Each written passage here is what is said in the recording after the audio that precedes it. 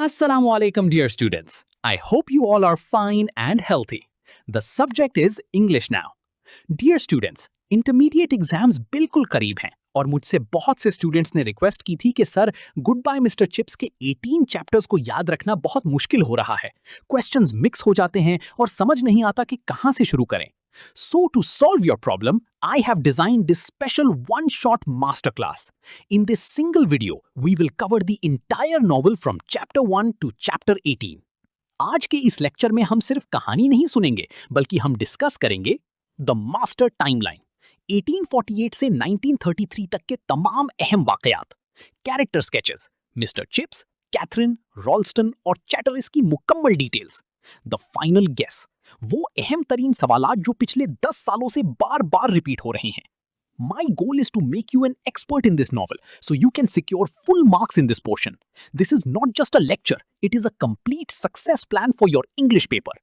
अगर आपने अभी तक कुछ भी नहीं पढ़ा तो घबराने की जरूरत नहीं, बस इस वीडियो को आखिर तक देखें और मेरे बताए हुए पॉइंट्स को नोट कर लें। So are you ready for the English Mastery Challenge? चलिए शुरू करते हैं। द स्मार्ट स्ट्रैटेजी, होशियार हिकमत अमली। 80% कैरेक्टर बेस्ड यानी 80% किरदारों पर मबनी।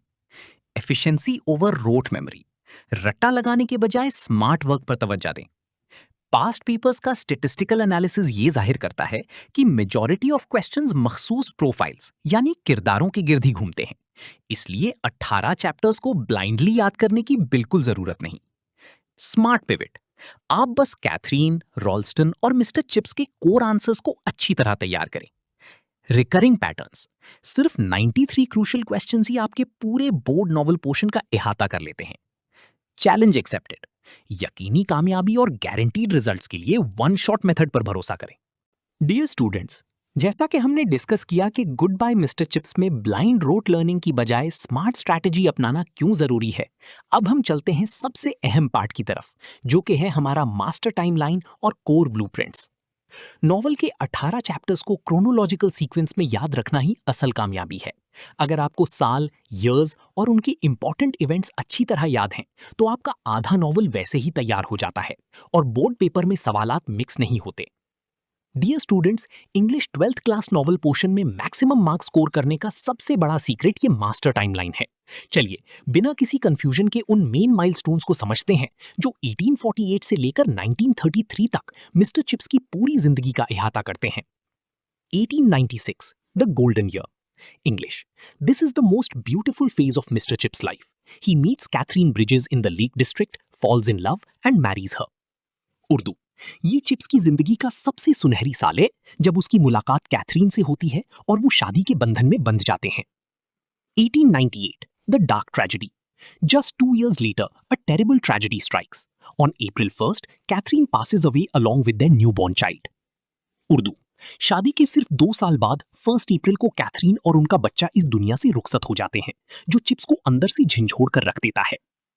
1908, the famous dispute. This year highlights the great row between Mr. Chips and the modern, efficiency-driven headmaster, Ralston, who demands Chips' resignation. Urdu, ये साल रॉल्स्टन के साथ उसकी मशहूर लड़ाई का है, जहां रॉल्स्टन पुराने ख्यालात की वजह से चिप्स को स्कूल से निकालना चाहता है, लेकिन पूरा ब्रुकफील्ड चिप्स के साथ खड़ा होता है। 1913 या 1918, retirement and final exit. In 1913, Chips retires due to his health, but returns during the First World War to help Brookfield. Finally, in 1918, he takes his permanent teaching exit.